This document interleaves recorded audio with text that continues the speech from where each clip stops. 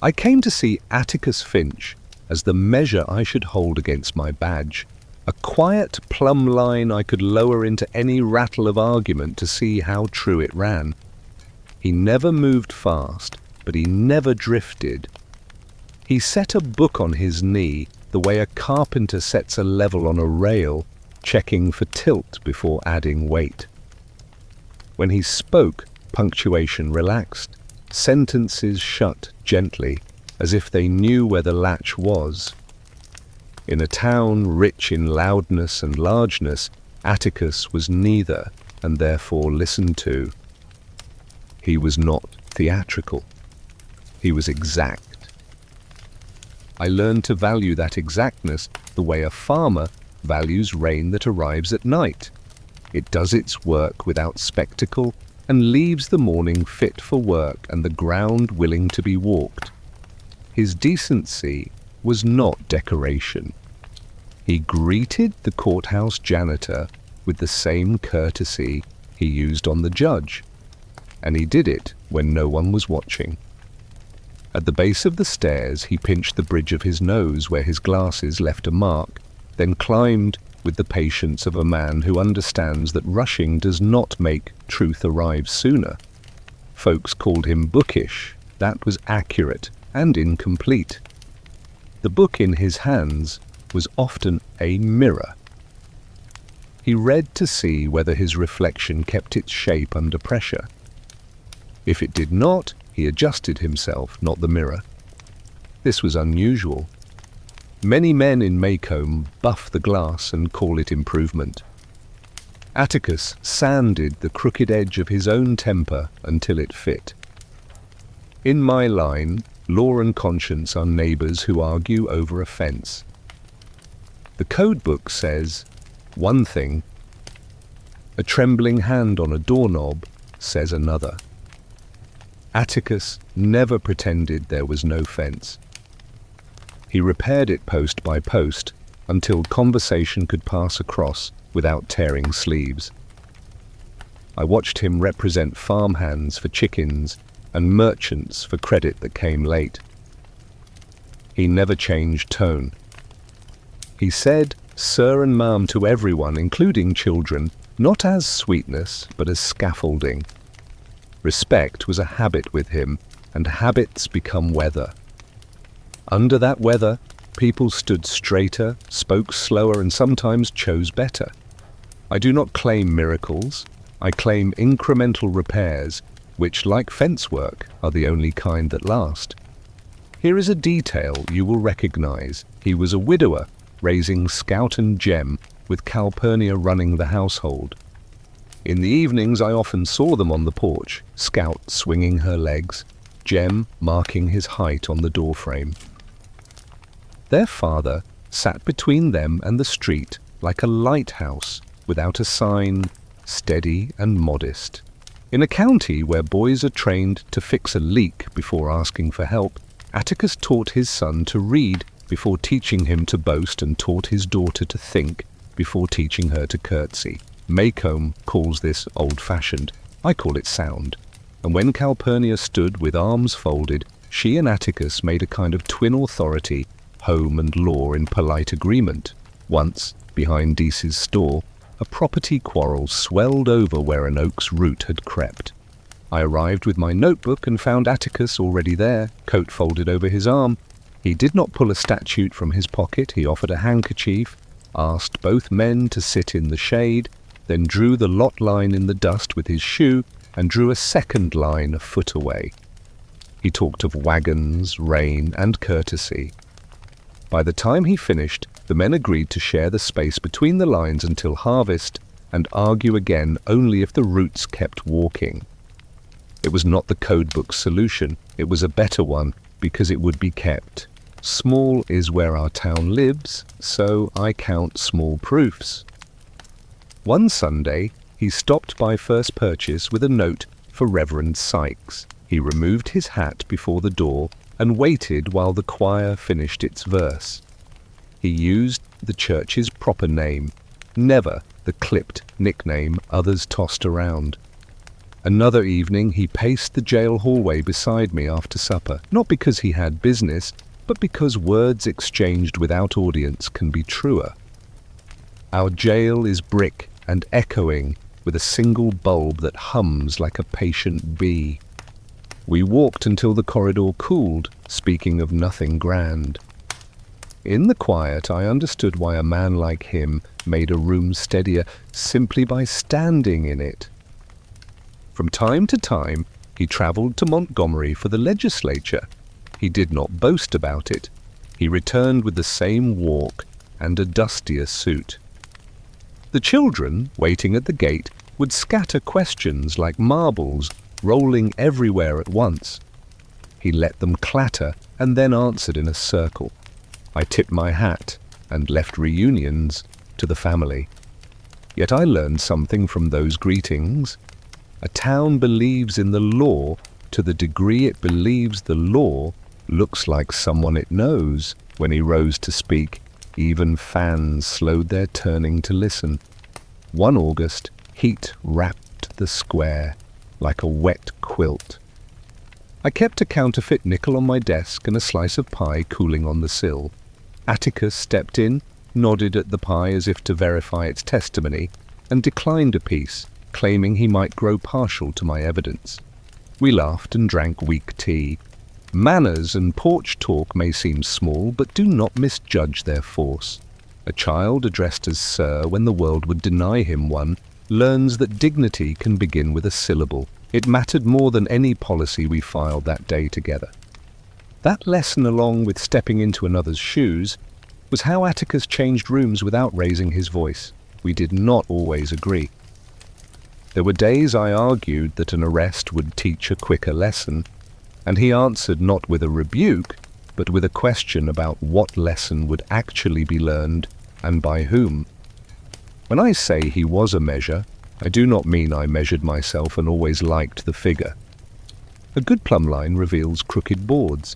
A sheriff may decide to use them anyway for lack of lumber, but he cannot pretend the warp is not there once the line has said it plainly. Often our mornings ended on the courthouse steps, sun just clearing the roofline. He touched the rail like a man greeting an old friend and squared his shoulders before entering chambers older than either of us, gentle and strong at once. But we still wonder whether a man so careful with words can hold both letter and kindness when the hinge of town life swings too far and the door threatens to come off in our hands. I have seen hinges fail. I have seen doors saved with a patient screwdriver. Soon you will see why I kept a screwdriver in my pocket as faithfully as my badge. For now, keep this measure in mind because I kept it. The law must sound like a voice you know, or it is only noise.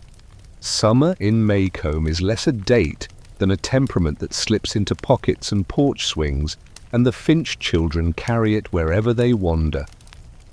From my station door I watch heat quiver over the square. Chinaberry trees net the shade, and two silhouettes scud along the curb, the girl in overalls, the boy a step ahead, measuring distance like a surveyor of secret territories. A sheriff must read trouble in laughter as surely as in silence. Those two reminded me that curiosity, when chaperoned, is the safest patrol a town can keep. The third silhouette arrived by train and invention. Charles Baker Harris introduced himself as Dill, and then introduced 10 more people he claimed to know. Meridian, he said, was full of wonders, and a suitcase of paperbacks proved his appetite. He wore summer like blue linen and possibility. I have met men who crossed oceans and brought home fewer countries than that boy kept in his pockets. On the courthouse steps he tried voices.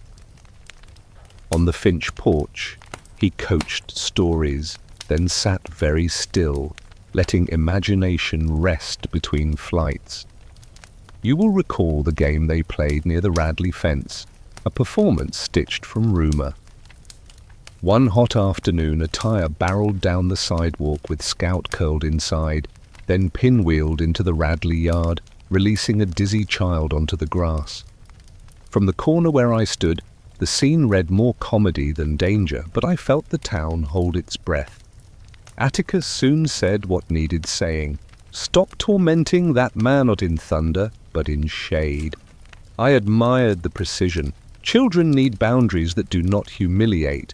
He drew one with a sentence and left their dignity intact. The oak by the schoolyard kept a knothole like a small post office of kindness. First came a stick of gum wrapped in silver. Later, 2 Indian head pennies bright as luck. Then twine, a medal, and most mysterious, 2 soap figures smoothed by careful thumbs. I did not inventory those gifts. They were not evidence of crime, but of attention. A town that can smuggle benevolence into a child's pocket has not forgotten how to be surprised by goodness.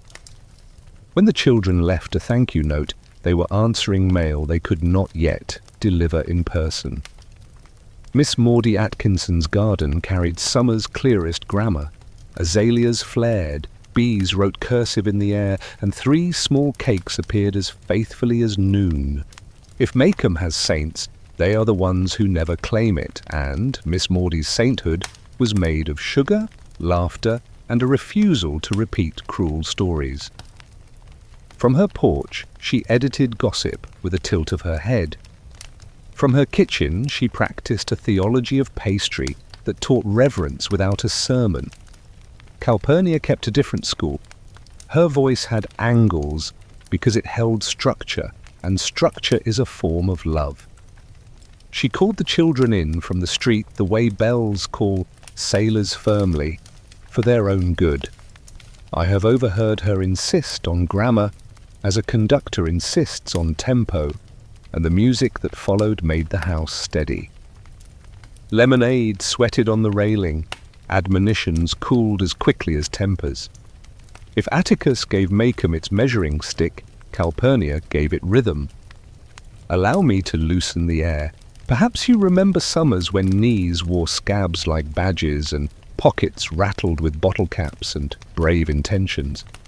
Perhaps you knew a boy who turned a cardboard box into a schooner, and a girl who crossed a street on the narrow faith between 2 chalk lines.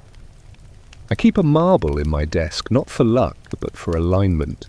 Roll it across the wood to learn if the desk sits true. Children are like that. In those months, Jem stretched into his bones, but carrying a seriousness that did not spoil his kindness. Scout argued with the world because she believed it could be persuaded. Dill launched schemes that were really invitations to imagine mercies adults had forgotten. One late evening, after a scare near the Radley place, Jem slipped out to fetch his pants where they had snagged on the fence. He told no one until later that he found them folded over the wire and mended clumsy stitches as if someone expected him. That detail stands in my mind like a porch light. When I walked past the schoolyard at dusk, the swings moved on their own a moment after breeze bamba, and I thought of how towns inherit their future by increments. Scout's questions at dinner, Jem's new caution, Dill's loyalty in small plots. These were not headlines, they were handwriting practice for the pages to come. I kept my distance, not from indifference, but because a sheriff's shadow can lengthen a story the wrong way. Better to patrol the perimeter, latch the gates, and let curiosity learn the place by touch. It keeps balance thus. Of course, summer cannot last. Clouds gather even over obedient calendars. The case that would tilt our routines had already set out from the far edge of the county, walking slow on a hot road. The children did not know its name yet, though they rehearsed bravery in their games, which is the only rehearsal bravery ever gets. There is a justice learned from books and a justice learned from porches. Neither is complete without the other. When trial season claimed our afternoons, the courthouse windows caught a different light, and the balcony began to gather a steadier gaze. But we still wonder whether innocence can survive knowledge without becoming brittle, and whether a town so careful about politeness can also teach courage that needs no audience. I have seen both fail. I have seen both succeed. Remember the soap figures, the sweet cakes, and a pair of mended pants on a fence. Those small mercies will matter when the room grows crowded and the air grows thin. Summer trained us not in fireworks but in attention. Attention is quiet work before the verdict, the kind that makes courage possible when the hour arrives. From a distance, the Radley place is only a house that favours shade, porch posts dark with weather, curtains taut in the habit of staying closed, a yard where the clay shows through as if the ground itself had chosen silence. Closer, it becomes a stage for the town's unspent imagination. Every small place has a fence where whispers snag like briars. In Maycomb, those slats run along the Radley yard. I have leaned there at dusk and listened to the street breathe, chinaberry leaves turning their pale sides to the wind, while somewhere a screen door snaps shut as softly as a kept secret. People point their eyes elsewhere when they pass that corner, the way one glances away from a mirror at the very moment it might tell the truth. Miss Stephanie Crawford kept the busiest trade in such weather, pricing gossip like pie school on the sill, offered with a flourish. I do not fault a person for wanting a tale. I do fault the ease with which a tale is mistaken for the soul beating inside it. Dill, impresario of summer, staged plays near that fence, casting Scout and Gem in dramas sown from hearsay. Their curiosity was not a crime, it was rehearsal for paying attention. Still, I watched those games the way a farmer watches first lightning, not fearful, only aware that summer's pageants sometimes call down storms they did not intend. A sheriff learns the difference between danger and difference, and he learns it most on evenings when rumour dresses itself up as warning. There is a detail from those months I keep, like a pressed leaf in a ledger. The knot-hole in the oak by the schoolyard. Gifts appeared there with embarrassing patience. Wrigley's gum wrapped in silver, a length of twine, 2 Indian head pennies, bright as a lesson, a spelling medal earned in some other autumn, and at last 2 soap figures carved to resemble a boy and a girl who walked our streets. Whoever made them studied hems and hair and the tilt of shoulders. Gem and Scout found those offerings. Argued over how to thank a giver they were not yet allowed to know, and left a note that never reached its destination. You may call it small. I call it the kind of traffic that keeps a town from rusting. A quiet commerce of attention, moving through a knot-hole like light through a keyhole. One afternoon, grey cement sealed the knot's mouth, smooth as a bandage. Nathan Radley stood there with a trowel and a certainty I could not borrow. He told the children the tree was dying. Later, Atticus spread his hand on the bark and said it looked healthy to him. Between those 2 verdicts stretched an old question. What does a town choose to mend, and at what cost? Plug a knothole, and you might stop mischief. You might also stop a conversation that was making better neighbours of us all. I have learned that some repairs heal wood and some repairs only quiet the carpenter. You may remember a darker evening when Daring Long, mistaken for a harmless cousin of courage, stepped onto the Radley back porch. Summer had thinned, crickets rehearsed, kitchen lights turned houses into lanterns. At the sudden crack of a gun, the neighbourhood jolted and then knitted itself together with talk. Nathan Radley had fired into the air the way a man warns at the edge of his patience. I came as quickly as a sheriff can without turning prudence into panic. Everyone had a version already polished. I let them speak. People settle quicker when their sentences are allowed to end. He said someone had been in his collards. I looked at the fence. at the trampled patch of earth, at a gap a child could slide through but a story could not. Then I looked at the children, who were learning how quickly a legend can sprint ahead of its makers and leave them breathless. Jem had left his pants to the wire when he fled. He stood bare-legged and ashamed, clutching the notion of bravery like a hand with nothing to hold. I made no note in the ledger then. Dignity can be a better covering than denim. Later that night the boy went back alone. He told us after, in a voice that could not quite hide its wonder, that he found the pants folded over the fence as if someone expected him, crudely mended as if the hand that sewed had not practiced in years. That is a detail I carry, the way a man carries a letter long after he has read it, creased, softened, ready to be touched again whenever the world turns unkind. Rumour has its own roads. It prefers porches to kitchens, dusk to noon, a back turned half away. It buys compliance by offering entertainment at the small price of a person's complexity.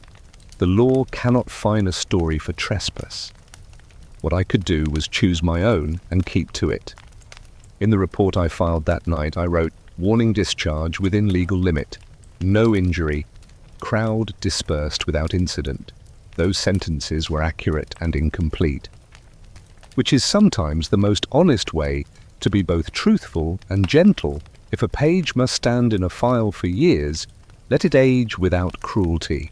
Let me loosen the air a moment.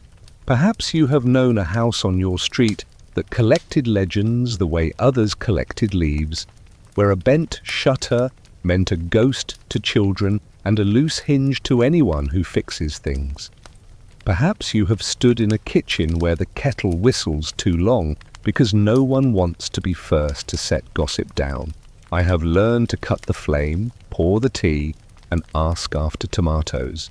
Tomatoes, unlike rumours, answer to water and sun and make a person feel useful, and when the tea cools, talk often does too. I did not knock on the Radley door that night. Some doors are entrusted to silence. Privacy is not secrecy. It is the room a soul requires to keep its dignity from being jostled by well-meaning hands. To police every shadow is to ruin the light. I walked the block an extra hour, for form and for peace, then went home to a room smelling of leather and clean cotton. Before sleep, I sharpened a pencil and laid it beside my badge, the tool for notes I hoped not to write. Scout later told me that on the night Miss Maudie's house burned, she watched the fire in the street and felt warm, without knowing why a blanket had been draped over her shoulders by someone who did not want his kindness known. I include that memory here, though it belongs to a colder season, because it contradicts the loudest rumour with the gentlest proof. It says a hand can be good and unseen. It says, our quiet neighbour moved like grace, without announcement, toward comfort, but we still wonder whether a story retold becomes a fence that pens in the teller more than the subject. Whether we fill the knotholes of our common life with explanations that sound like health while sealing off the small traffic of kindness that was keeping us well. My badge asks me to separate danger from difference. My conscience asks me to leave a margin for goodness I cannot diagram. Walk past the Radley place with me now, and you will see only a quiet house. What you will not see moves me more. A pair of pants folded in hope. A note undelivered. A blanket set lightly across a child's shoulders. They weigh nothing and change distances. The fence remains, but the whispers have thinned. Maycomb learned slowly that privacy can be a courtesy we offer like pie on a plate. That lesson will matter when we step into rooms where the air is close and words grow heavy, when the town must decide whether it prefers the comfort of its legends or the work of its mercy. February brought a brittle brightness to Maycomb. the air so clear you could read the courthouse clock from across the square. On such a morning, Calpurnia came up my steps, controlled, urgent, the way a nurse knots a bandage. "Mr. Tate," she said, "there's a dog in the street. That ain't right." She uses words like she uses salt sparingly to keep the truth strong. Down the road I saw him, the liver-coloured hound folks called Tim Johnson, weaving as if the white line had turned to rope around his legs. I do not hurry any danger I can outwait, but sickness that unthreads the ordinary does not bargain with patience. I sent a boy for Zebo. Within minutes, his baritone moved door to door like a public hymn. Inside, folks, latch your gates. Maycomb obeys a steady voice better than a siren. Curtains narrowed to careful slits. Screen doors clicked. People counted children by name. Scout and Jem watched from their porch, two small lighthouses blinking questions. Tim Johnson veered, paused, and listed again, his shadow running the wrong way for the hour. You do not need a laboratory to recognize a sickness that makes the everyday lose its balance. You need only a street you know well and the sound your own breath makes when it shortens. We set a quiet perimeter. I calculated distance, angle, and backstopped the arithmetic a sheriff keeps for weather like this. My hands lifted the rifle and did not entirely approve. 4 sporks before it passes through decent shoulders. The breeze was slight from the east. The sight needed the gentlest correction. Then Atticus came from his office, coat off, tie loosened, spectacles flashing once before the light settled. He took in the street, the porches holding their breath, and the small figure drifting down the center like a sleepwalker at noon. "Take him, Heck," someone breathed from an upstairs window over the barber shop.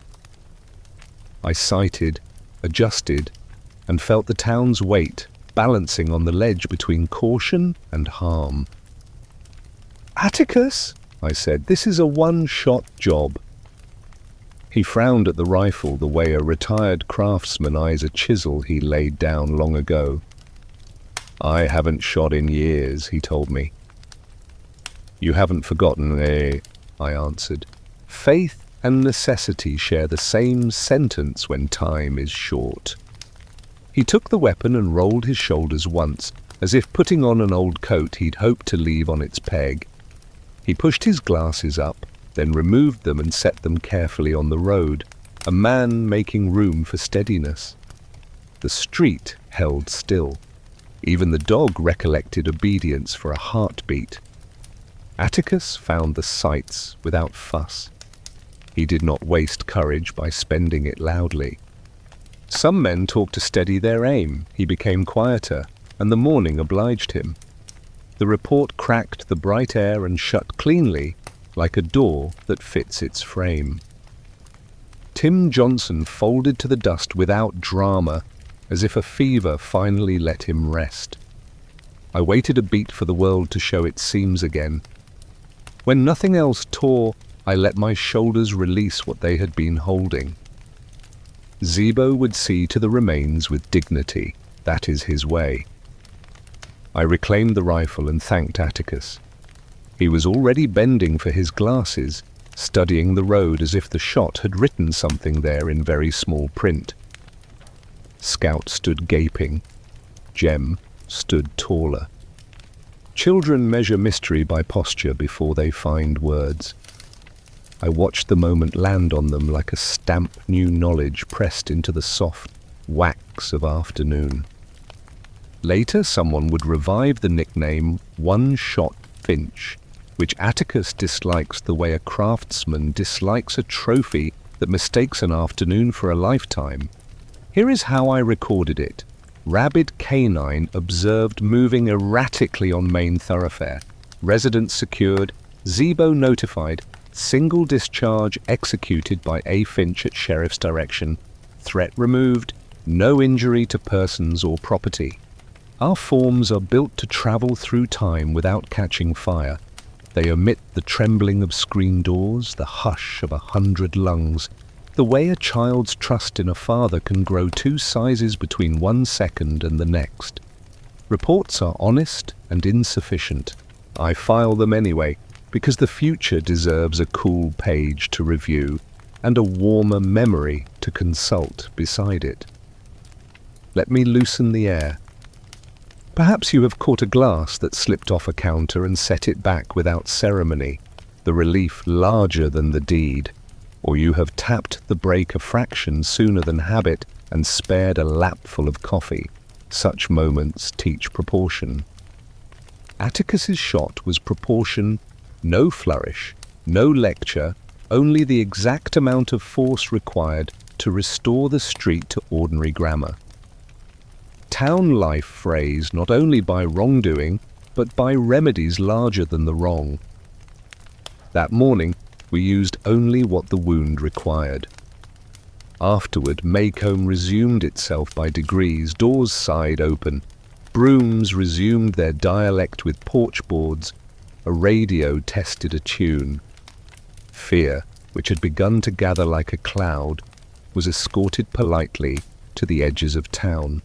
Scout asked, as children will, why her father had never told them what he could do.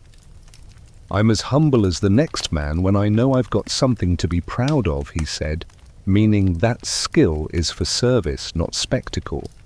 He does not love guns. He respects what they can do, which is why he avoids them until the work insists. In the days that followed, the story trimmed itself into a tidy anecdote, but for me, it stayed a chapter on rightful delegation. A badge earns nothing by clutching every task. It earns trust by placing a tool in the hand best suited to use it safely. That morning, the surest hands belonged to a man who prefers books to rifles, and the town learned a truth it would need later. Restraint is not weakness. It is accuracy of soul. Mercy can take the shape of precision and leave no excess behind. I thought too about timing. Had we waited 1 house longer, courage would have turned into apology. Had we acted 1 house sooner, duty would have soured into display. The line between them is narrow as a rifle sight. Atticus stood there as if born to balance, then stepped away before anyone could build ceremony around him.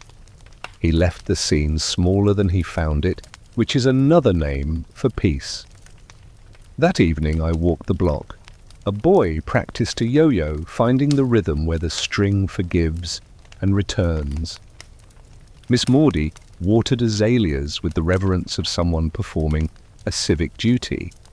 From an open window drifted the careful scales of a piano. But we still wonder whether a community remembers with equal clarity the morning restraint saved it, and the afternoons when fear nearly ruled it. Whether, when the larger trial arrived, we would distinguish danger that demands force from disagreement that asks for patience. I carried that question into the weeks ahead like a folded note in my pocket, and some nights read it by lamplight. Use only what you must. Aim for what heals. Leave the town quieter than you found it. News in Maycomb does not gallop. It settles like dust after a wagon, yet some items arrive heavier than their noise. The afternoon, Judge Taylor appointed Atticus Finch to defend Tom Robinson. His chambers seemed to sit up straighter. The blinds sifted light into patient bars. The fan pushed heat in even circles.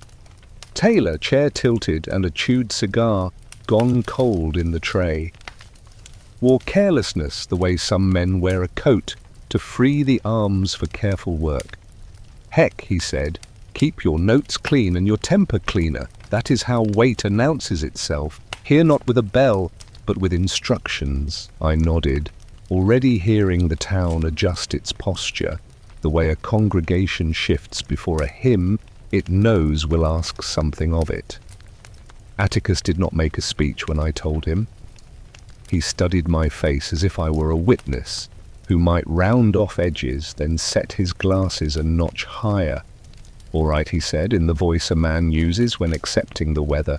"Some men accept an appointment like an umbrella's full forgettable. Atticus took this one like a compass. Other decisions would take their bearings from it. He asked for the file, not to hunt escape hatches, but to learn where truth might stand without wobbling. I said I would bring my notes and all the distances that make sense of a story. Yards between porches, minutes between shouts, how far a voice carries on a hot night." The square began its measuring. At Barker's, idlers let cues rest on felt and slid bright predictions around like marbles. In Deas's store, the word ought picked up a passenger called won't. Miss Maudie baked as usual and sent cakes out in equal slices, which is a kind of sermon.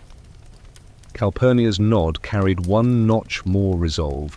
Children were warned away from the courthouse a notice that tightened rather than widened their orbit. If you listened past the talk, you could hear something steadier gathering, like the hum of wires before a storm arrives.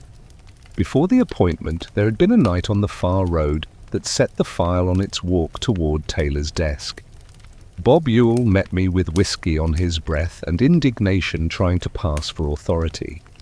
His place squats by the dump, a yard where tin and glass share the sunlight, with a neat row of red geraniums in slop jars, stubborn hope staring down clutter.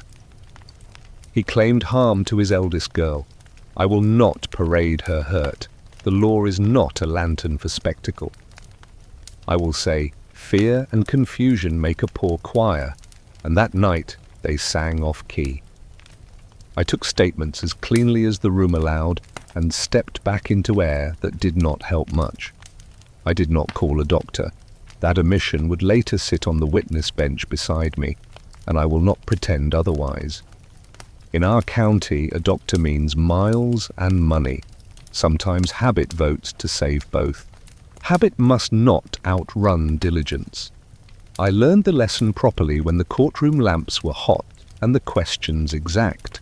I place it here because this is where the wait began, at a small doorway where a choice that felt thrifty became costly by echo. A sheriff earns his sleep by knowing when thrift is a kind of cowardice. That night I slept and woke, knowing I would be asked why. By noon next day I walked the Yule yard, again fence needing nails, small faces watching from shade, the geraniums keeping their brave grammar of order in chipped jars. Answers arrived arranged by fear. The law can proceed on such answers. The truth resists. At the edge of my picture stood a man I knew from fields, and quiet, yes sirs, Tom Robinson, whose left arm lay on him like a folded wing from a cotton gin accident years back. Facts prefer simplicity, and a crippled arm is a stubborn fact. I wrote it in my book as plainly as a fence line. Later, under oath, I would repeat it the same way, because some details do not need a flourish to matter. When the appointment became public, Maycomb recalibrated itself the way a room does when someone honest enters late. Some faces brightened as if a window had cracked, others tightened as if the air had grown too clean. No use going against the grain, a man told me on the steps. "The grain is what the plane is for," I answered. He did not laugh, and I did not insist. A badge teaches which porches accept a joke and which prefer a nod. I nodded and walked on, checking hinges nobody thinks about until they fail, locks, schedules, tempers. That week I left my supper half finished and returned to the station to straighten my notes. The lamp narrowed my handwriting into lines a jury could walk without stumbling. I described locations like witnesses, set times that would not quarrel, and recorded injuries without drawing them. I telephoned Link Diaz and asked how to speak of Tom in a way that was not charity. "He works steady," Link said, "and he doesn't borrow trouble. Small sentences carry more truth than speeches when the weather turns." I wrote his words, then rewrote them to be sure the ink would not smear under heat. Let me loosen the air. Perhaps you have opened a letter whose envelope promised nothing. The furniture of the room stayed put, yet your balance shifted anyway. Or perhaps you were the one elected to call a neighbor with news that is neither fatal nor gentle. An appointment can feel like that. No drum roll, only a hush that changes the pressure in the house. You set the phone down and realize the mantel clock sounds different, though it keeps the same time. I made visits a sheriff makes when a town's temperature climbs. I sat with Reverend Sykes on the church steps at dusk and asked for patience if proceedings left folks raw. He said they were practiced in patience and prayed I would be too. I stood at Miss Rachel's fence and reminded her that children listen through wood. I asked the jailer to oil the hinges and the clerk to lay an extra paper. No one task prevents a storm. Together they keep the roof from flying.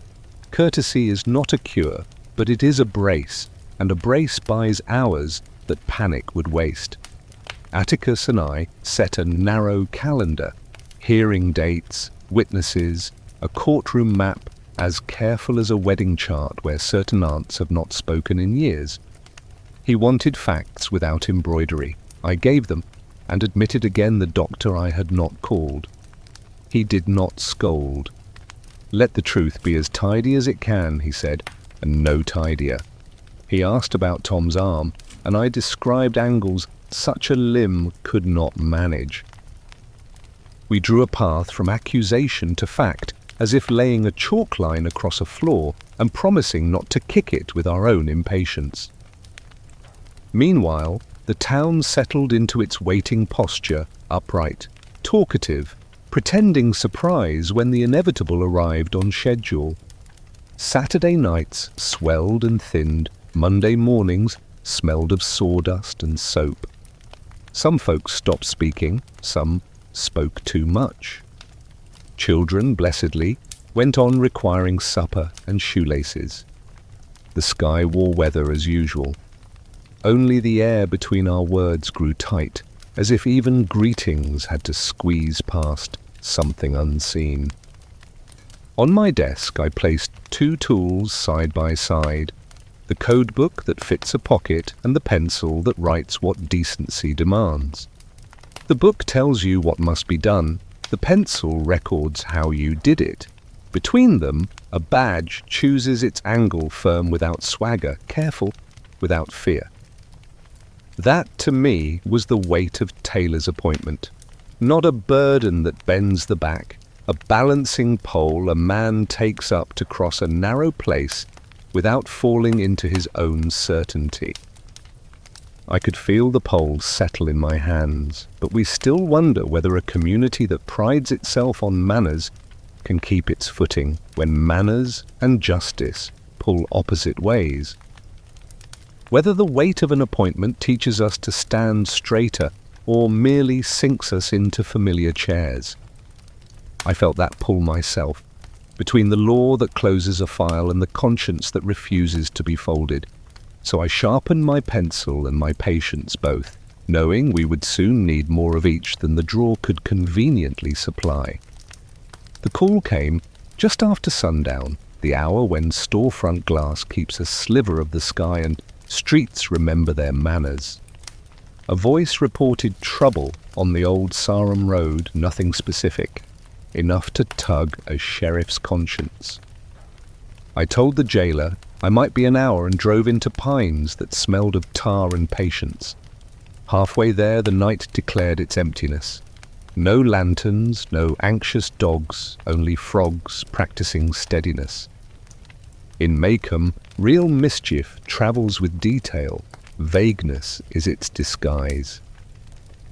I turned back. The square lay quiet, yet the air had been moved as if furniture shifted an inch while you were gone.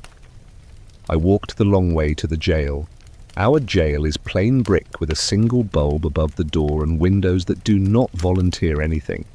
Beneath that bulb sat Atticus Finch, a chair balanced on two legs, a newspaper folded across his knee, reading the way a lighthouse reads weather without drama, for accuracy. His chair set down when he heard the first car. A line of vehicles pulled up and stopped with practiced spacing. Men climbed out with hats tugged low. I stood in the scene between buildings where shadow pools even after sundown, careful not to add my silhouette to the scene. A badge can calm or provoke by the angle at which it enters. This was a moment to hold the line of sight and stay still.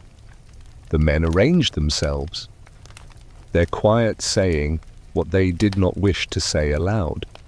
Atticus closed his paper and folded it again as if tidiness could keep the night from spilling. "Evening," he said. The word landed like a saucer under a cupperlight, practical. Someone tried the jail door and found it locked. I had arranged that earlier. What followed was the thinnest language both sides would bear. Requests and refusals, urgency and procedure. They wanted the prisoner moved. Atticus preferred light. They named nobody, he named the law. Then small feet sounded on the sidewalk, running not from bravery, but from attachment. Jem, Scout, and Dill arrived like weather a clerk forgot to forecast. Scout slipped through the men before calculation could catch her, and anchored herself at her father's knee, dress askew, breath bright with haste. A crowd, properly speaking, does not see children, it sees only itself enlarged. Children see people. Scout lifted her face into that ring of hats and found a name. "Mr. Cunningham," she said, as if calling a neighbour from his field. That name tilted the scene from abstraction back toward particularity. Walter Cunningham worked hard land with hard hands. He once paid a debt with hickory nuts and left turnip greens at Atticus's step. Scout asked after his entailments, the legal thickets he and Atticus had walked together, and then after his boy. Her questions tumbled like small marbles, rolling under boots and obliging the men to mind their feet. Silence followed, not theatrical but necessary, the sound of a group finding selves again. Mr. Cunningham cleared his throat as if a splinter turned back into wood. He leaned forward, told Scout he would deliver her greeting to his boy, then stood and, without vote or trumpet, told the men to go home. They obeyed the way people obey a reminder they were already waiting to hear. Engines started one at a time, and the street exhaled. Only then did I step from shadow. Atticus set his chair aside, looked down at Scout as if accounting for all her pieces, and rested a hand on Jem's hair. "You children go home," he said, gentle but complete, and he watched until their footsteps thinned into the ordinary noise of the street. When he looked up, I was at the curb. "Old Sarum?" he asked. I nodded. He lifted one corner of his mouth, the smallest admission that he had guessed as much. "They used the wrong bait," he said, "not as pride, but as mathematics." He picked up his newspaper, smoothed its crease and sat again, because the job was not finished. Courage is often a matter of staying seated. We did not talk much. I took the opposite chair and faced the door. A jail looks different from that angle, the brick friendlier, the town less theatrical. We listened to the street take long breaths. A screen latched somewhere. Dishes dried somewhere else. The bulb above us hummed like a bee, working late. Two men in shirt sleeves occupied a square of light with as little drama as possible. Perhaps that is all a town asks. Occupy the light and do not waste it. Let me loosen the air. You have perhaps been in a room where a child's plain question, "Are we still friends?" stopped a quarrel grown too tangled for adult hands. Or you have kept watch with a neighbor on a quiet night, saying nothing on purpose, and discovered that solidarity can be measured in shared breaths rather than declarations. Such moments are not minor. They are the screws that keep the hinge honest. Toward midnight, I walked the block, letting the town see a shape that meant not yet bedtime. A stray dog trotted past, judged us uninteresting and moved on. When I returned, Atticus folded the paper at last and flexed his fingers as if setting a piano to rights. "Thank you, Heck," he said. I told him I had done nothing. "Sometimes nothing is exact," he answered, and I chose not to argue. Before leaving, I checked the lock and set my hand against the door, feeling the ordinary sturdiness of wood and hinge. Inside, Tom Robinson lay on his cot with quiet dignity, the kind that turns a room into its better self. Atticus gathered his chair, and together we let the square absorb us again. The night resumed its rightful size. But we still wonder whether a community calmed by a child's civility can also be summoned by that same civility to do hard adult repair in daylight, whether naming one another is enough to steady us when the hour requires more than going home. I left the jail, believing names have weight and that the law to hold must keep learning how to pronounce them. By 9 o'clock, the courthouse wore its Sunday face and its weekday nerves. Benches filled in quiet rows, fans clicked like patient metronomes, and the aisle between council tables ran like a narrow street where civility must pass traffic with care. I stood where I could see both doors and the witness chair, a post chosen not for comfort but for angle. In our town, the architecture does some of the talking. The balcony reserved by unspoken law for our black neighbours leaned over the proceedings with a patience that had learned to wait without surrendering its dignity. Judge Taylor entered as if he had been there all night and merely decided to sit up straighter. He carried his gavel the way a farmer carries a pocket knife, a tool to be used, not displayed. The chewed cigar in his tray sent up a faint ghost of old tobacco and patience. He had a habit, which I mention because truth hides in habits, of seeming drowsy until a sentence wandered near foolishness. Then his eyes opened like a window, thrown up to let air in, and foolishness retreated without protest. Mr. Gilmer, the solicitor, arranged his papers with the severity of a man who irons socks. Atticus unbuttoned his vest, received permission to remove his coat, and stood at a measured ease, no swagger, no apology. He set his spectacles on his nose as though agreeing to see everything. Tom Robinson sat at the end of the defendant's table. Shoulders set, his left arm lying quiet against his side like a folded wing.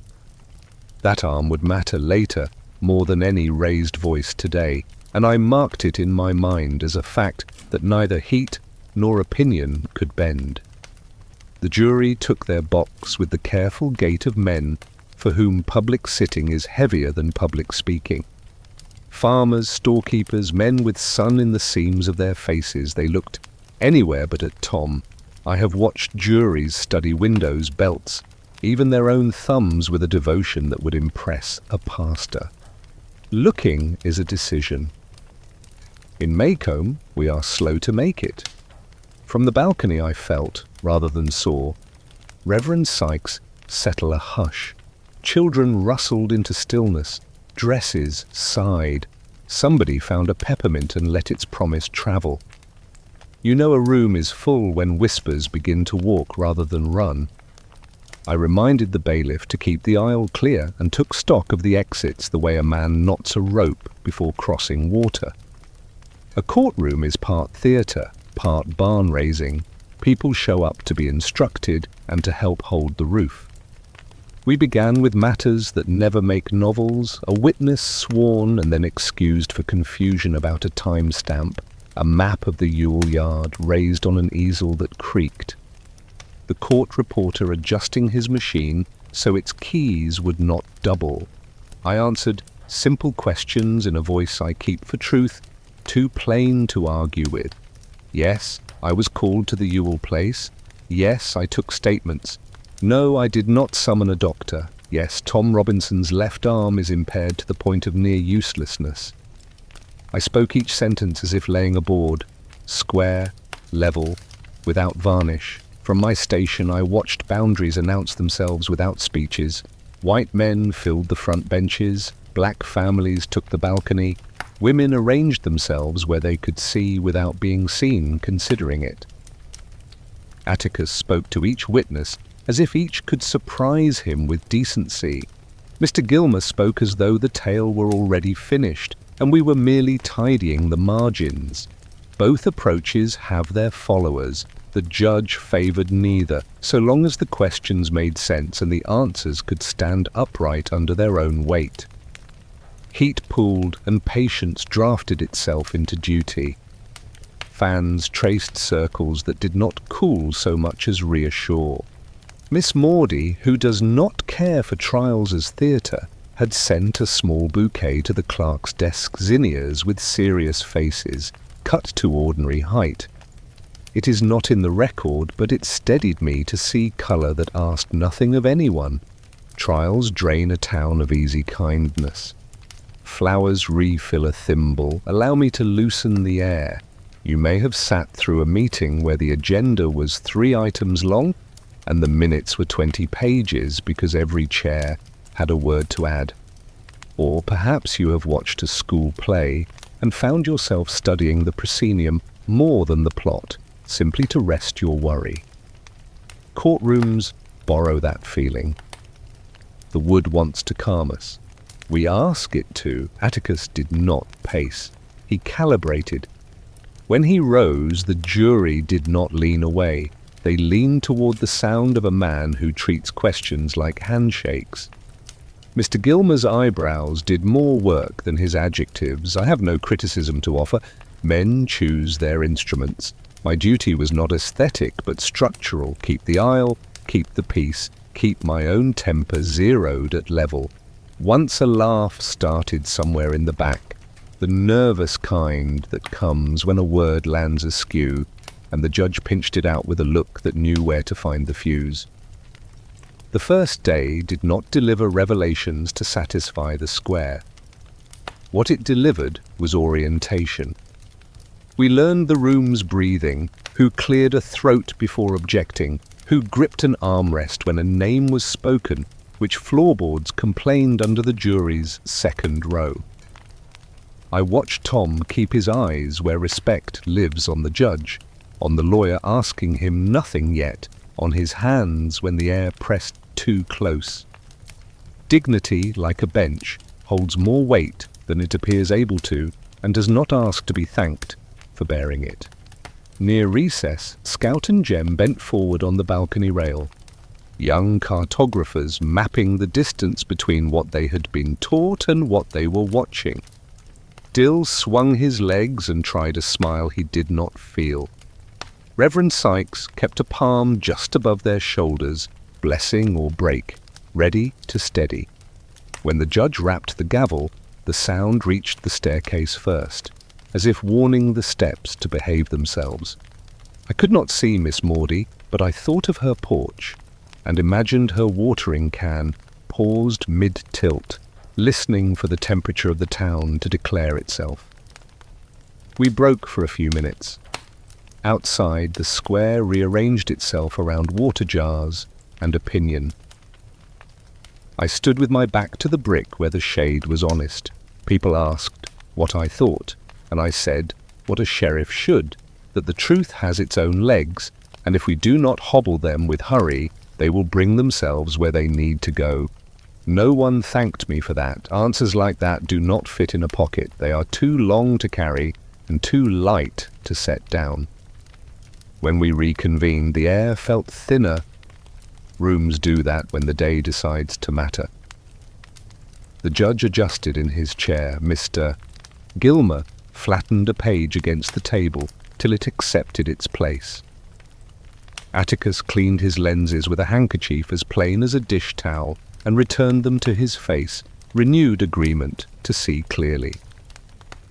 I touched the rail and felt the wood return the favour. Steady, steady.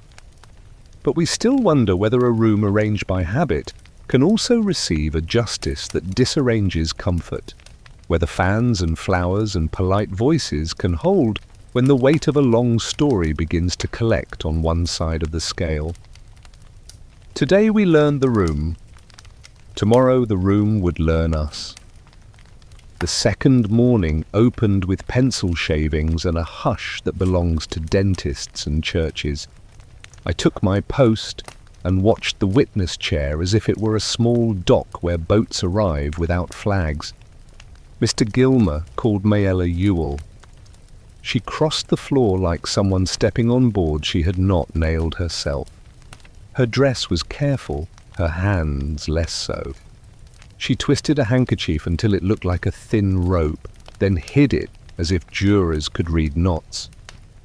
Judge Taylor softened his voice, a farmer lending tone to a skittish colt, and swore her in. Atticus stood very still. He asked her age of 19, friends none, school as far as she could, with babies to mind. The questions were plain as fence pickets. Some in the gallery fidgeted, wanting speed. Atticus wanted footing.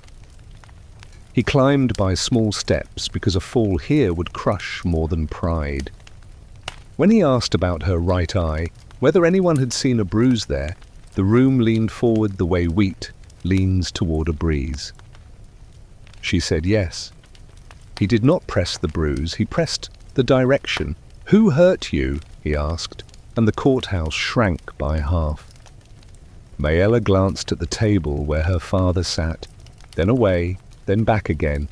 A bird trapped at a window. She said Tom Robinson did it. She added words that heated the room. "I will not repeat them. My duty is to keep the roof on, not burn it for light." Atticus nodded once, the way a teacher nods when the printed answer has been given, and then he removed one layer of courtesy, not to expose, but to measure. He had Tom Robinson rise. Tom stood, a tall man carrying humility the way careful people carry china. Atticus asked him to place his left hand on the Bible. The arm lay slack, inches shorter, the hand unused since a cotton gin accident years back, scarred, shrunken, a witness of its own. Few facts enter a room with such authority before they speak. The jurors looked, and for once their looking was honest. "Can you use this hand?" Atticus asked. "No, sir," Tom said, and the two words travelled farther than many speeches. Mayella had described harm that pointed to a left hand. Tom had no left to use. "That is as near to the edge of detail as I will go. The law asks for accuracy, decency asks for modesty." Atticus turned, quiet as a page, and asked Bob Ewell to write his name. Bob took the pen in his left hand and scrawled like a man trying to outrun his own letters. The jury did not need arrows. Sometimes evidence is a lamp that refuses a shade.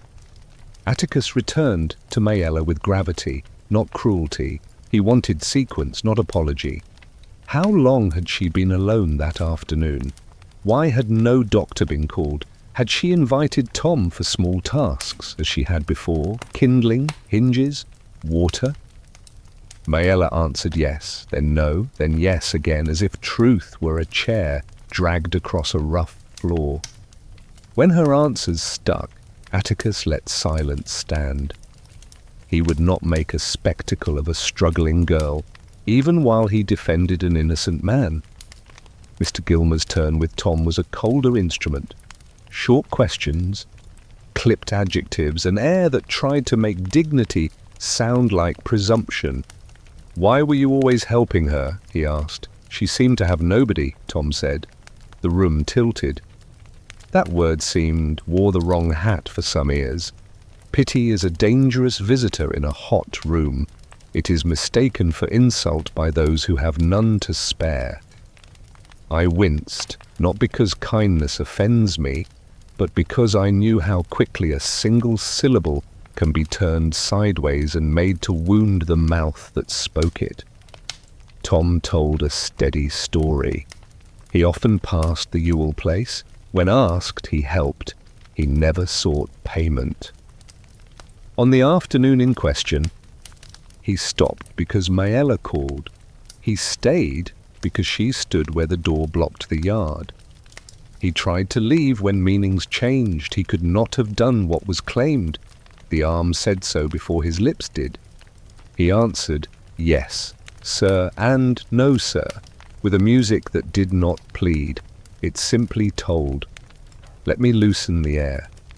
Perhaps at your own table a story has unraveled, not from lies, but from the way memory wears different shoes to the same day. Or perhaps you offered help and watched pride mistranslate your offer into intrusion. The kettle still boils, the mail still comes, and goodwill sometimes trips on a rug, stands up, dusts its knees, and tries again with fewer adjectives. Mayella's account frayed where time and placement met. Dates tugged at each other, distances argued.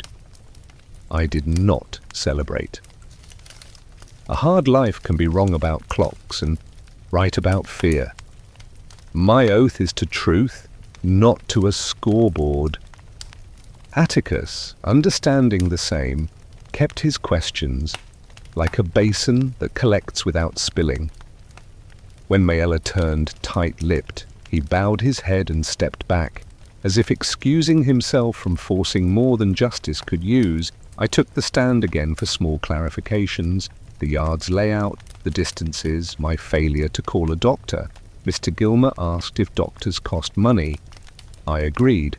I also said, accuracy saves money later. The courtroom heard both thrift and warning. I felt the warning most. Habit often looks like economy, while it mortgages the future. The triangle of the case grew sharp. Mayella at one corner, Tom at another, Bob's left-handed signature glaring at the third. Atticus asked Bob about his drinking. Sometimes, Bob said, as if the word could be smaller, he asked whether Bob had seen a doctor. No, Bob said, larger now. He asked whether Bob agreed that his daughter's right eye had been injured. Yes, Bob said. Atticus did not supply a conclusion. He left the boards tight and let the jurors walk them without a rail.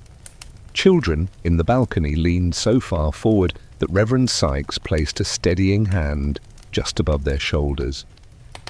Jem mouthed the logic of the crippled hand to Scout with the urgency of a boy discovering Euclid. Dill unwrapped a peppermint and let it dissolve, eyes wide the way children's eyes get when they learn adults can be honest and unfair in the same hour. The balcony was a school without a bell. When the judge called recess, sunlight on the steps looked indecently cheerful. Men argued certainty with voices that sounded like starch on doubt. Women retied their handbag strings as if knots could help. I stood in the shade and told a man who asked my opinion that truth has its own legs. We need only to stop hobbling them with hurry. He did not like the answer. Answers like that do not balance on a palm. Back inside, the air felt thinner, as if the room had decided the day would matter. The court reporter oiled his keys. Atticus cleaned his glasses and set them back on, as though renewing a vow to see. I touched the rail, and the wood returned the favor. The task ahead was plain. Keep the aisle, keep the peace, keep my temper level. But we still wonder whether the clean line of a fact can withstand the smudges of a story people prefer, whether a room that has just looked straight at a ruined hand will remember the lesson when asked to raise its own. I traced the grain under my palm like a map. This is how truth travels in a town like ours. Board by board, steady if we let it. The afternoon thinned like tea, and patience sat beside duty. Mr. Gilmer concluded. The judge checked his watch without hurrying time, and Atticus rose for a summation that sounded less like a performance than a neighbor speaking across a fence. He began with the scaffolds, the oath we swore, the purpose of evidence, the idea that a courtroom is the one place where a man should not fear who he is.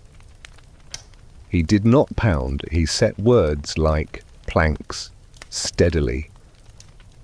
He reminded them that Tom's left arm could not do what had been claimed. He asked them to consider the bruise on the right side of a girl's face and the signature produced by a left hand. He opened a window just enough to let in a draft. That need and loneliness can tangle into a lie, and that lies, once invited, call uglier company.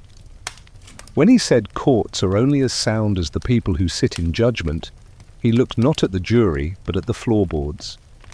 The jury received him the way a field receives dusk edges softening, colour turning honest. One or two looked at Tom. Others kept their eyes in safe places, the rail, their own fingers, the knot in a tie. I have seen panels listen with their backs when faces are tired of telling the truth. The balcony waited. The clock ticked, fans made patient circles. Judge Taylor sent them out. 12 men filed through a door. The room exhaled. I took my post at the aisle and made myself into furniture. Atticus folded his glasses into a soft case, the way a man puts away a tool he hopes not to need again. Tom arranged his good hand over the other as if to protect what could no longer protect him. Mr. Gilmer tapped his papers square. Waiting drains people in different ways. Dill fidgeted his hope to ribbons. Scout narrated the ceiling fan's itinerary to Jem until words calmed her. Reverend Sykes kept a palm just above the children's shoulders. I stepped out to stretch a leg and counted swallows on the telephone wire as if they could tell me which way justice would fly. Let me loosen the air. Perhaps you have sat in a clinic while a door refused to open, or in a school office while a principal shuffled papers, or in a car outside a house where an apology was overdue. Waiting is its own grammar. It conjugates hope into smaller tenses until relief or disappointment arrives to end the sentence. The jurors took longer than Maycomb expected. In our county, a quick verdict is the oldest habit. Time, for once, argued with it. People whispered calculations. Long could mean brave. Long could also mean stubbornness, learning a new step. I did not predict. The length of a silence says less about its wisdom than about its weight. When the door opened, the room straightened as if summoned to drill. The jurors returned, eyes not ready for faces. There is an old truth. A panel that has condemned a man rarely looks at him when it comes back. I watched for that truth and saw it nod to me. The foreman handed paper to the clerk, who handed it to the judge, who read without letting the gavel hurry. The word we feared arrived with the neutrality of paper. I have written guilty more times than I like. Yet I never grow used to the sound it makes when it lands on someone who has not earned it. The balcony held its breath. Atticus touched Tom's shoulder, a gesture small enough to pass beneath the record and large enough to brace a man for the walk ahead. Mr. Gilmer gathered his files with the tidiness of a man keeping tools in order, regardless of outcome. I kept the aisle. In the quiet after the reading, shoes made small polite noises on wood. Scout's hand found Jem's sleeve. Dill stared into the place where verdicts fall. I felt the room shrink to a single chore. See everyone out whole.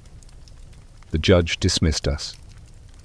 People rose like wheat after a gust, unsure whether to keep bowing. Atticus gathered his hat and case and turned. What happened next is the detail I keep when Knight asks for an accounting. As he walked down the center aisle, the balconies stood, not with ceremony, but with a grave courtesy that says, "We saw what you tried to do."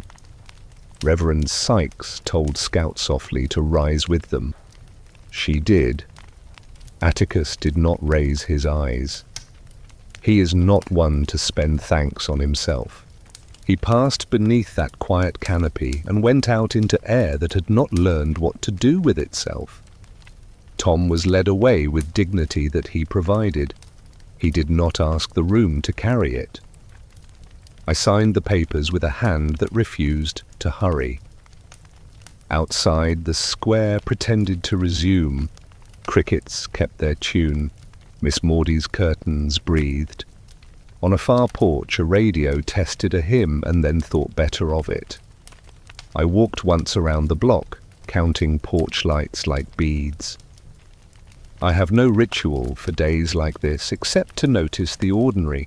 A bicycle against a fence, lemon peel drying on a sill, the thud of a rug, shaken proof that decency survives verdicts that do not deserve to. Back at my desk, I wrote what must be written and left blank what could be left blank. Reports must endure cross-examination by time. Silence used rightly is not deceit, it is stewardship. But we still wonder whether a town that can stand in respect can also stand in correction, whether honor for a good attempt can ripen into courage for a better outcome. The verdict closed the day. It did not close the question. I locked the station, set my hat like a word I meant, and stepped into the long quiet that follows whenever the law has spoken and justice has not. The morning after the verdict, Maycomb walked more carefully as if the sidewalks had been waxed in the night. I unlocked the station and set my hat on the peg with the same motion I use on calm days, because routine is the rope a person holds while the stream runs faster than it looks. Folks came and went without saying much. When people talk low, you learn to read elbows and grocery lists. A man can apologize with the way he carries a sack of flour for someone else. In the Finch kitchen, gratitude arrived without knocking. The table filled modestly but insistently. Hams wrapped in brown paper, jars of pickled okra, a pot of butter beans that fogged Atticus's glasses, and a chicken still warm enough to say the road had been short and the heart longer.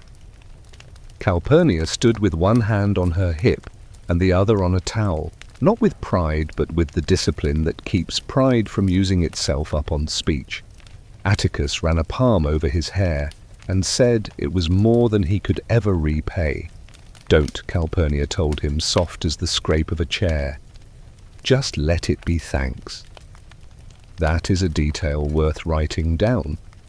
Thanks does not always want arithmetic. Sometimes it only wants a table that will hold it. On the square, small ripples told the news more clearly than headlines. At Diaz's, a man who liked to say, "Boy learned to say sir" to a lad balancing 2 colas. The word looked odd in his mouth and then began to fit.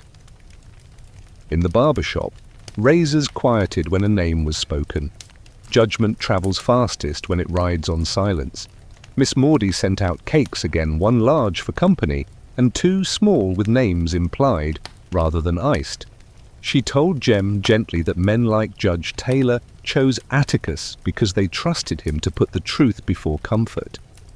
"They trusted us too," Jem said, meaning the jury, and tasted bitterness as if it were medicine. Bob Ewell made his rounds with a swagger the verdict had not truly purchased. He told anyone who would hear that the county had listened to him at last. The county, which knows the difference between sound and sentence, listened the way a barn listens to a gnat. Atticus moved through those hours with the quiet of a man who lets time do the answering. When Ewell crossed his path at the post office corner and loosed an insult best left without echo, Atticus took out a handkerchief and polished his glasses as if words were dust and he had work to see. I watched from half a block away and decided not every scene deserves an audience larger than the lesson it contains. Jem came by the station after lunch with a map of indignation folded into ideas. He had discovered that juries bend and he wanted hinges fixed. "Make it 12 women," he argued, or none from old Sarum, or judges only. I let him spend his fury into proposals until it turned into questions a person can carry to adulthood. Start with people, not systems, I told him. A decent juror makes any panel better. He left with shoulders that had learned a fraction of their weight. Scout trailed behind, kicking a pebble that refused to choose a direction. Children grieve with their feet before they find a language for it. Let me loosen the air. You may have taken a late walk after hard news and found small mercies doing their work, sprinklers hissing on a lawn, a porch radio humming a ballad for nobody in particular, the smell of bread from a window you had never noticed before, or you have seen a child's drawing taped to a fridge the day after a family argument. As if crayons knew how to apologize on behalf of words. Towns heal that way, crookedly, in household portions. Sunday found me at first purchase, Reverend Sykes, read from Amos, his voice braided with grief and spine. He thanked the congregation for what they had sent, not naming the Finch house, yet naming it all the same. Outside, I shook hands and felt calluses answer like witnesses. Back in town, the missionary circle at the Finch place poured tea with remarkable steadiness, while ladies praised distant causes and tripped over nearby needs. Aunt Alexandra kept the cups moving because hospitality is its own discipline. Miss Maudie, with the accuracy of a gardener, pruned a boast here, watered a kindness there, and left the room better than she found it. I walked my evening circuit, noting small repairs. A porch rail, newly nailed. A gate rehung. Zebo teaching a hymn, line by line in the dusk where children repeated until the shape of the song lived in their throats. I thought of how a town writes itself between Sundays, not with editorials, but with the chores it chooses at the edges of daylight. The verdict still sat in our rooms like a guest who had overstayed, but chairs were being pushed back and windows opened for air. Atticus returned late one night with his tie removed and his eyes tired the way a lantern is tired, still giving more than it keeps. He asked after Tom through the bars in as human a voice as a jail allows. Tom answered with the courtesy that has always made rooms behave.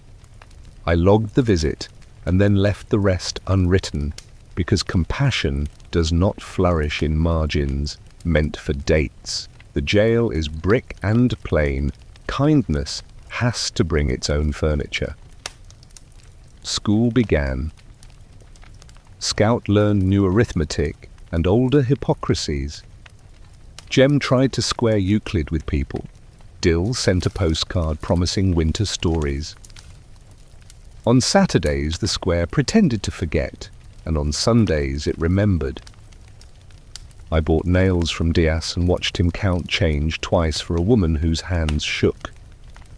Accuracy is a charity, he said, and I put the phrase in my pocket for days when my own counting would need to be steadier than my mood. Rumour, which hates maintenance, tried to keep its speed. It failed more often than before. People had watched a man try to do right in a hard room, and the sight had complicated their appetite for easy tales. A few even admitted they had been mistaken about a neighbour. That is not thunder, but it waters the ground. Calpurnia said grace a little longer and smiled a little shorter. When Scout asked her why people thanked in whispers, she replied, because loud thanks sometimes ask to be admired. The answer pleased nobody and improved everybody. One afternoon I found Jem and Scout sitting on the courthouse steps, measuring shadows with their feet. Will they ever change? Jem asked, meaning juries, neighbours, the world. They are already changing, I said, meaning the two of them. He scowled at philosophy and went back to arithmetic with the sun. Children rehearse fairness before they can enforce it. Adults, if they are lucky, relearn the same lesson beside them. I have no recipe for curing a town. I have a schedule a pencil, and a pair of boots that know the quickest way from apology to repair. That week I used them to oil hinges, return a lost pocketbook, and ask the grocer to stock a little more dignity behind the counter where boys stand waiting. None of that will be remembered by history, which prefers verdicts to errands. Yet errands are how verdicts are survived, and sometimes how better ones are prepared.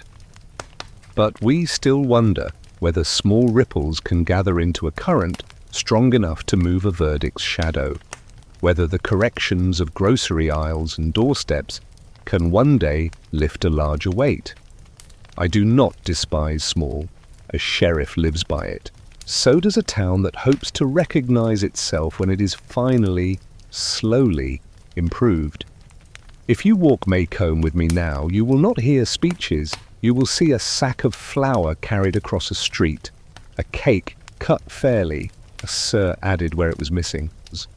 These are not laws, and yet they are the practice of lawfulness. October offered forgiveness, a coolness that made even the courthouse bricks exhale. The school announced a Halloween pageant to honor Maycomb's agricultural products, earnest enough to make children grin. Scout was assigned ham. Her costume was chicken wire and painted cloth, heavy as a small promise. Jem rehearsed his escort duties with the patience of an older brother who has decided to be better than he feels. They left at dusk, Scout clanking amiably, Jem carrying a flashlight that preferred to work when it pleased.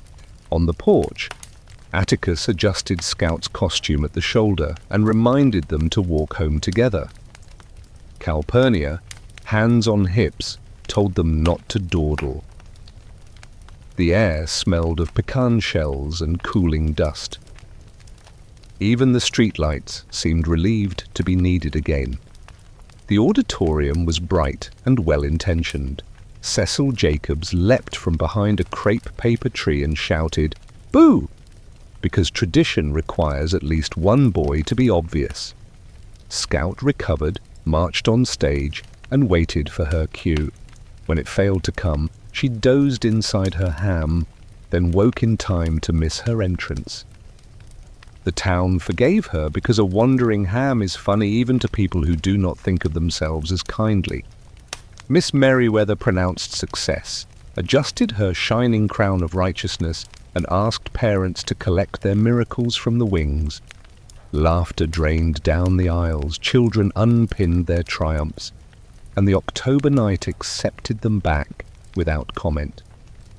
I asked a patrol car to make a slow circuit near the school, custom, not fear. October borrows light from summer and spends it early. The walk home after a pageant is ordinary in Maycomb. 2 children, a dark path, the smell of sweet gum and red clay. I tell you this because ordinariness is what the night wanted to be, and because a sheriff counts on routine the way a boat counts on current. If a story must bend, let it bend no farther than necessary. Jem and Scout started late, the flashlight sulking. The ham costume made the night sound like a spoon in a drawer. Scout could see only forward through a small wire oval. The world offered itself in quarters. They laughed about Cecil's prank, and the road answered with leaves. The path from the school to the big oak is not long, but it asks the feet to remember their work. Jem kept his hand near Scout's shoulder. A promise older than either of them. Footsteps are honest narrators. They measure distance, admit hesitation, reveal when a person changes his mind. Scout heard another set behind them, then nothing, then another. Jem decided aloud that Cecil had a second joke to spend. Children grant redemption quickly. The steps withdrew, then returned, then hurried. Scout's costume turned a simple pivot into an argument with wire. Jem's voice lowered into the register brothers use when they intend to be brave and practical at the same time. Here is where I refuse spectacle. A dark road is a place to keep dignity intact. I will say only this. The ordinary sidewalk became a test. The children's breath shortened. The ham dented. The flashlight fell and found nobody. A struggle can be conveyed without being displayed. What matters for our purpose is that help arrived and that goodness moved without asking to be seen. Confusion has its own weather, the night filled with it, and then, as quickly, thinned. Neighbors are maps that do not always print their legends. On that road, a neighbor we had barely credited acted. A man who had watched from a window more often than a porch stepped over a threshold he had avoided for years. He lifted children out of their fright and carried them toward a door that had long wanted to be used in such a way. He moved without announcement, the way rain travels from cloud to leaf. Inevitable, quiet, right. The Finch house received them with lamplight and the narrow efficiency of emergency. Scout shed the costume like a shed, trying to become a gate. Aunt Alexandra's hands were steady as measuring cups. Calpurnia filled the air with the practical questions that restore order to a room. Where is he hurt? Where are your shoes? Well, Jem's color improved. Scout's sentences found their verbs. I arrived and read the room the way a kind man reads a letter he wishes were shorter. The facts were few and important. The children were safe in the company of a neighbor whose name the town had too often treated like a rumor. I walked back to the road and let the scene tell me what it could without forcing it to perform. The tree leaned familiar. The ground said there had been a tumble. A scrap of cloth offered small testimony.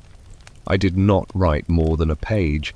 Some nights the honest record is a door closed softly, not a trumpet. I returned to the house where Atticus's study had become a harbour. The neighbour stood in the corner like a question that had found its answer. His face was pale where it had not seen sun. His eyes were gentle in the way of people who practice quiet until it becomes kindness.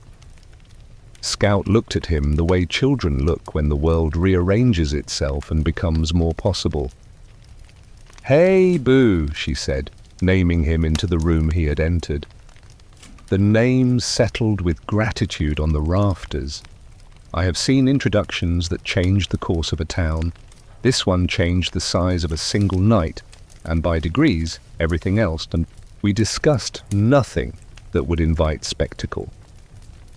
We named only what was needed and did not polish it for company. When it was time, Boo asked almost without words whether he might see Jem. We agreed. He stood at the bed with the shyness of rain and the attention of a surgeon. Scout guided his sleeve with courtesy large enough to be called instruction. In that short vigil, the town learned its best lesson quietly. That gentleness, once given room, knows exactly what to do. Let me loosen the air. Perhaps you have walked someone to their own front door and felt the neighborhood become, for 9 steps, a kinder country. Or you have watched a child take a stranger's hand and make of the gesture a bridge rather than a question. Nights like these recover their size slowly. They are too big at first, then fit. Later, when coffee is poured and the lamp is lowered, you realize you have been present at something that will not improve by retelling. The point was safety, not a story. I offered to drive Boo home. He preferred to walk with Scout, and courtesy allowed them the dignity. They moved on to the porch. The street received them like water receiving oars. I followed at a distance that protected privacy and allowed testimony. On the Radley steps, Scout remembered to say, "Thank you for my life," without rehearsing the line. And Boo nodded as if thanks were a language he could read, but seldom heard aloud. He slipped inside. The door closed with a sound that was not goodbye, but a page turning. quietly to its better side. Back at the Finch house, we took stock the way farmers do after weather, count what stands, tend what leans, and trust the field that did its quiet work while we slept. Atticus sat with Jem and looked older and kinder in the same moment. Calpurnia brewed coffee that answered questions nobody asked out loud. Aunt Alexandra set blankets where fear had left a draft.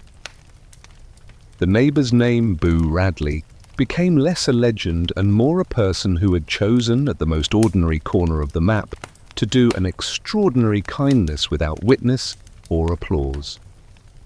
But we still wonder whether a town can keep the lesson of a dark road after daylight makes the map look simple again, whether we will remember to honour the quiet rescues that do not ask to be named. I sealed my report and left the night to rest, resolved to choose words that would not bruise what courage had done in secret. Lamplight in Atticus's front room softened edges without hiding them. Scout led our neighbour to the threshold and named him Hey, Boo. And the house held its breath, the way a choir holds a note before the hymn begins. He stood with the posture of someone used to small rooms, hands clean, hair parted carefully as if courtesy had been saving itself for this single evening. I nodded to him the way one nods to weather that has finally turned fair. Jem lay pale but breathing on the sofa. Aunt Alexandra tucked the blanket as if neatness could persuade pain to mind its manners. Calpurnia set coffee on a tray and, with the quiet authority of someone who knows how to steady a room, kept the cups from trembling.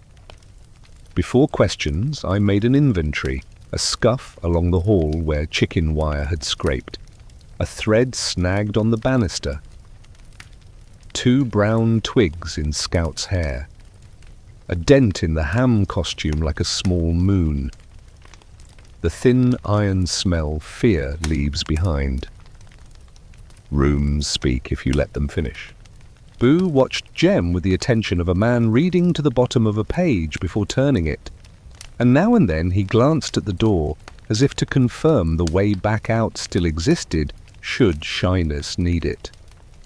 His hand, scareful, undecorated, rested palm to palm, ready to be useful if usefulness were asked. Atticus looked older than at noon, and kinder than the afternoon had allowed. Heck, he said quietly, what do you think? Not of feelings, which were plain, but of the shape the night would have to make on paper. I told him I would walk the road again, measure distances, and return. Boo's eyes followed me to the porch. Scout, still wearing a bright smudge of pageant paint, followed as far as the steps and stood sentry with her hands on her hips, small and resolute. The October dark had a clean taste to it. Even the crickets sounded as if they'd washed. Under the big oak the ground reported without drama, leaves pressed into a man's outline where he had fallen. A shoe groove curved where panic changed direction. The wire mesh lay mashed, testimony even a sheriff who avoids spectacle can read. A kitchen knife had done the final arithmetic. It waited in the weeds with the stubbornness of a fact. Whiskey hung in the air cheap, old, certain when it ought to be unsure. 2 child-sized tracks drew a sober path toward home. A third set the neighbours arrived where fear had crested and then led away with purpose. I bent, considered angles, and let my reflection retreat from the blade. The wind moved once through the tree and then stood still, as if deciding not to add commentary. I have walked scenes where the earth bragged. This one did not. It presented a legisome columns filled, some left to use, and waited while we chose how much ink to pour. The night preferred accuracy to drama. I made the same choice and carried that preference back to the house like a steadying cup. Scout met me at the gate with a look that asked for news fit for a kitchen, not a courtroom. "We'll set the words gently," I told her, and she nodded as if gently were a tool she'd been hoping to use. When I returned, Boo was standing again, the way a man stands in a doorway he once believed belonged to other people. We spoke mostly with hands. "Here, sit, there, thank you, now if you wish." Scout stood close, as if courtesy were a rope she and Boo held from opposite ends. At my request, she told me how the walk had sounded. Friendly footsteps that weren't, a hush that meant no friend at all, a shove in the dark. Then arms that were careful and strong. Children often testify best in verbs. Atticus listened and pressed his hand to his brow. "Bob Ewell," he said, without relish. The name was not a flourish, but a measurement laid on the table. I confirmed what the ground had said. Atticus glanced at Boo with gratitude that refused to become attention. "Mr. Arthur," he said, using the given name like a blessing. "Thank you." Boo lowered his gaze as if thanks were sunlight and he had been indoors too long. He stepped toward Jem, and at a small nod from Scout, touched to the edge of the blanket and made it true. Corner to corner, crease released, warmth assured. I opened my notebook and left the first line blank, not for doubt, but for mercy. Then I wrote what the law would need, that the children were attacked walking home from the pageant, that Bob Ewell lay under the tree with a knife in his ribs, that a neighbor carried the children to safety, that Jem's arm would mend. I did not write the neighbor's history. History can bruise when it means to document. There is a difference between what must be recorded and what deserves to be protected. Let me loosen the air. Perhaps you have helped a stranger carry a trunk up a narrow staircase and learned his name only at the landing, or you have watched a skittish cat step into a warm kitchen, pause beside the saucer as if petitioning it for permission, then finally settle as though the room had remembered its right size. Courage often looks like that, modest, unsure of its welcome, exact in its work. Scout asked the question straight. "Will Boo have to tell everybody?" I told her we would choose words that tell the truth without spending anyone's goodness as currency. Atticus understood what lay under the answer, a crossroads between proof in broad light and gratitude kept in soft light. "The county might thank him," he said. "The county might also stare." He spoke like a man weighing tools before he builds, deciding which will raise the frame and which will split the wood. Boo's hand, scareful as a surgeon's, hovered over Jem's blanket, arranging edge to edge, smoothing a crease nobody else had noticed. I thought of the knothole gifts, the mended pants on the fence, the blanket that appeared across Scout's shoulders, the night of Miss Maudie's fire. Books call such things foreshadowing. Towns call them neighborly proof. Under lamplight the ledger balanced. Kindness entered on one side, risk entered on the other. He asked, almost without words, if he might see Jem once more. We agreed. He stood at the bed with the shyness of rain and the steadiness of a man who has carried something fragile a long way. Scout guided his sleeve with courtesy, large enough to be called instruction. It was the gentlest ceremony our town had ever hosted, and no one applauded because applause would have been noise where reverence was sufficient. When it was time, I asked Boo if he wanted to go home. He looked to Scout, not to me. "I'll walk you," she said, and the sentence performed itself like a promise kept. We arranged the walk as a private act in a public world. On the porch, the October air resumed its exact temperature. Somewhere a gate clicked politely.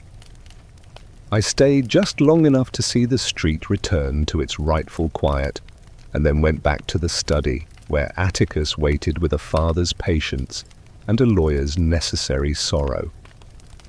He asked what I planned to write. Only what heals and holds, I said. The phrasing surprised me, but I let it stand. We both knew the next hour would decide how large the town would make a rescue that did not ask to be large. Boo slipped through his own door, which closed with the sound of a page turned toward its better side. But we still wonder whether truth, when it is also a kindness, must always be escorted indoors, whether a town can honor a rescue best by letting it remain the size of lamplight and a child's "Hey Boo." I closed my notebook on a blank line and heard it sound less like a mission than respect space left for what goodness prefers to keep folded. Choosing words is part carpentry, part weather. You measure what the room can hold, then you open a window without inviting a storm. Back in Atticus's study, the lamp made a small island of light, and the town waited off stage to see what size we would make of the night. Boo Radley had gone home by the quietest road in Maycomb, steps matched by Scout's courtesy. In the house, a boy slept, the rough sleep of the mended. In the yard, October practiced being kind.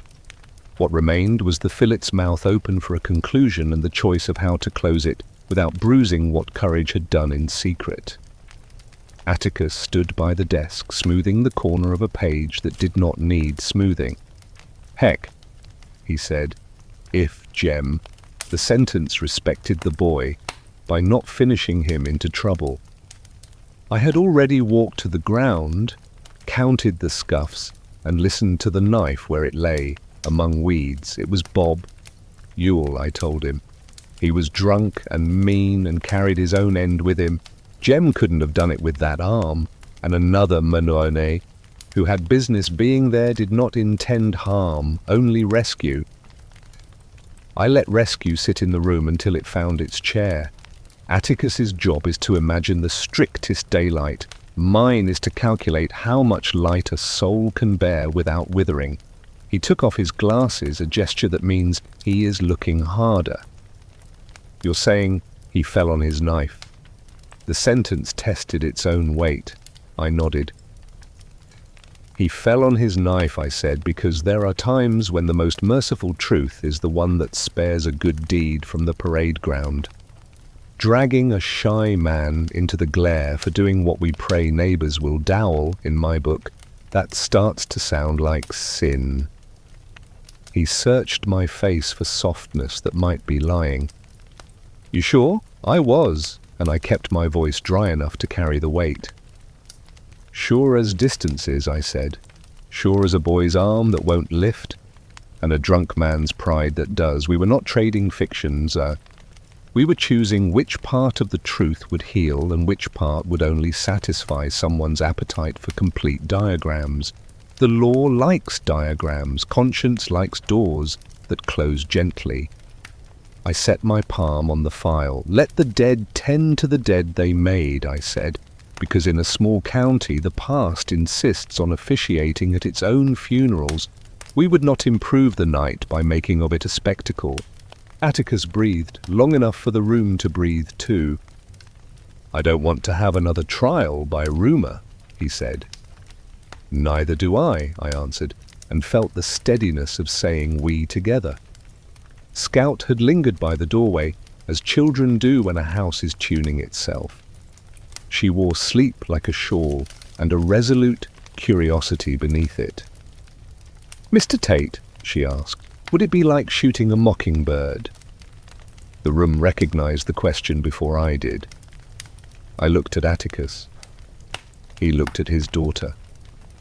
Some lessons grow without watering. It would, I said, and we don't do that here if we can help it. The word we had the right size, so it fit the town we hoped to be, not only the town we had been.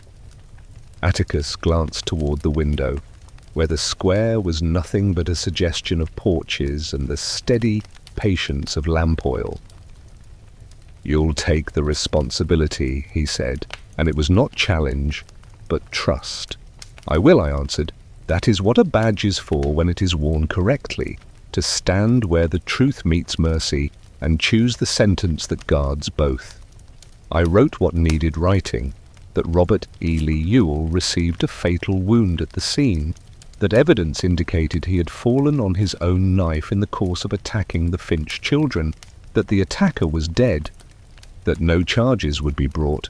I did not write Boo Radley's name. Names are not trophies.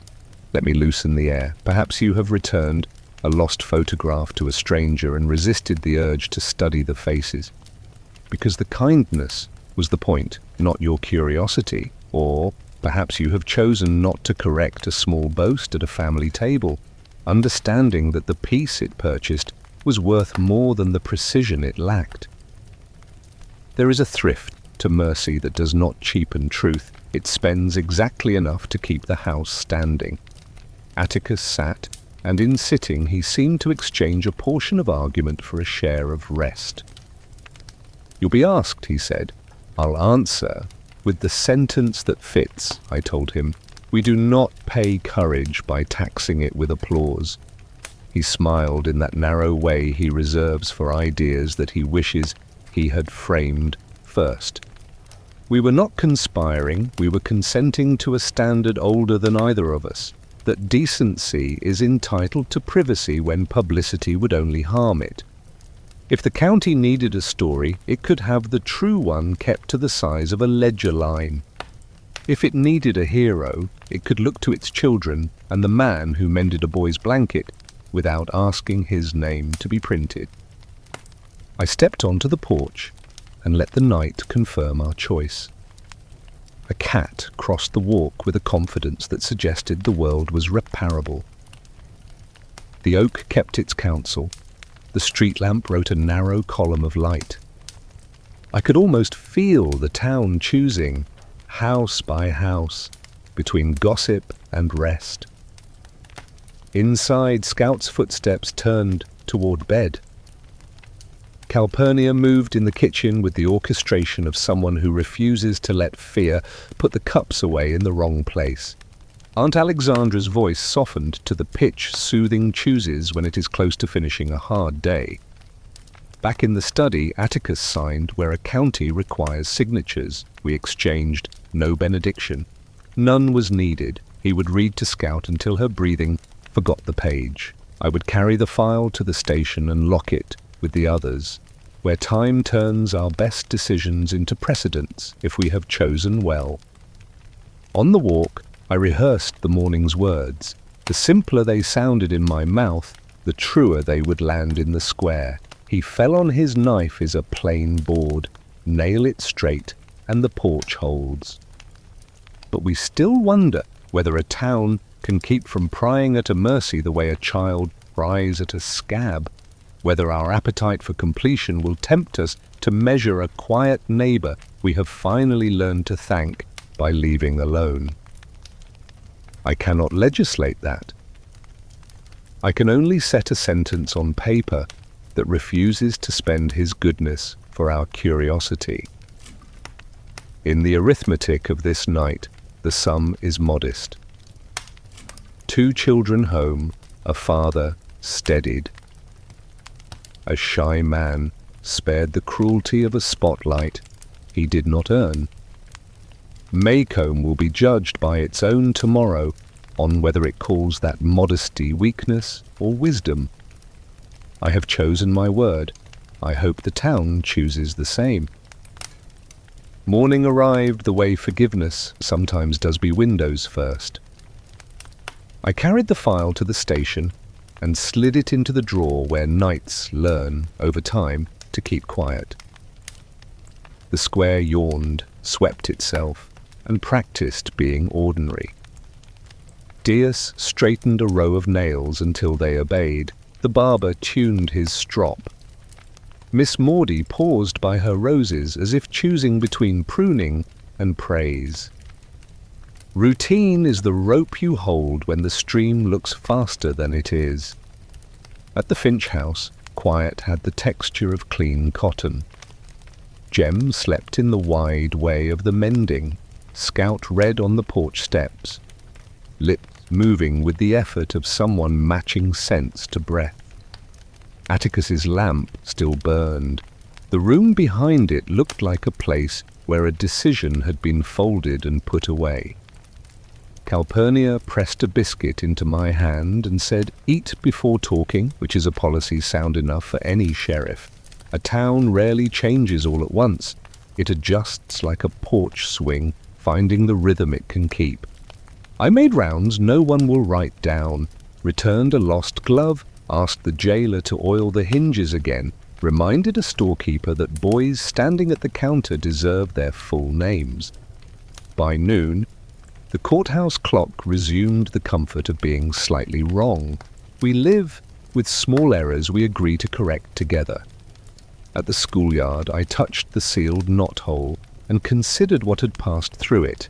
Gum, pennies, twine, a medal, 2 soap figures, then a blanket placed on a child's shoulders, pants mended against embarrassment, a quiet man stepping onto a dark road. The ledger of that neighborliness was complete enough to close without being totaled in public. The oak said as much in the grammar of shade. Toward evening, Scout walked me part way to the Radley corner and recited the story Atticus had read to Hero-boy, who learned to stand where someone else had stood and let the view teach him restraint. "You see different? And also kinder," she said. "Accuracy improves when it slows down," I told her. She agreed, because children understand speed long before they value measure. I left her at the gate and let dusk do its work. Lamps bloomed politely, radios searched for melodies and settled on one. The Radley porch kept its quiet. I stopped at the steps without climbing and looked out as a neighbor might. From there you see how close the porches truly are, how one lantern keeps several paths decent, how far a single thank you can travel. Perspective has its own charity. A sheriff thinks about records. What do we keep and what do we let fade into gratitude? The file will say, "A man fell on his knife while attacking 2 children." Years will wear that page smooth. Another ledger kept in front rooms and church aisles will remember a balcony rising, steady hands hiding themselves, courtesies returned to the shelf. Between the ledgers a town chooses its memory. Better towns choose both. Let me loosen the air before I lower it. Perhaps you too live where crickets insist the night is not empty, where mailboxes nod like old friends, where a child rehearses bravery by walking an extra block and arrives proud rather than loud. Perhaps you know the relief of a morning that finds the furniture where you left it, and the hope of a noon that imagines, without boasting, a kinder evening. Ordinary days are the currency that pays for courage when the bill comes due. Now I will slow my voice. I think of Tom Robinson courtesy, steady answers, an arm that could not lie. I think of Mayella loneliness, geraniums aligned against ruin, need turned on itself. I think of the jury, their long silence, courage that almost remembered itself.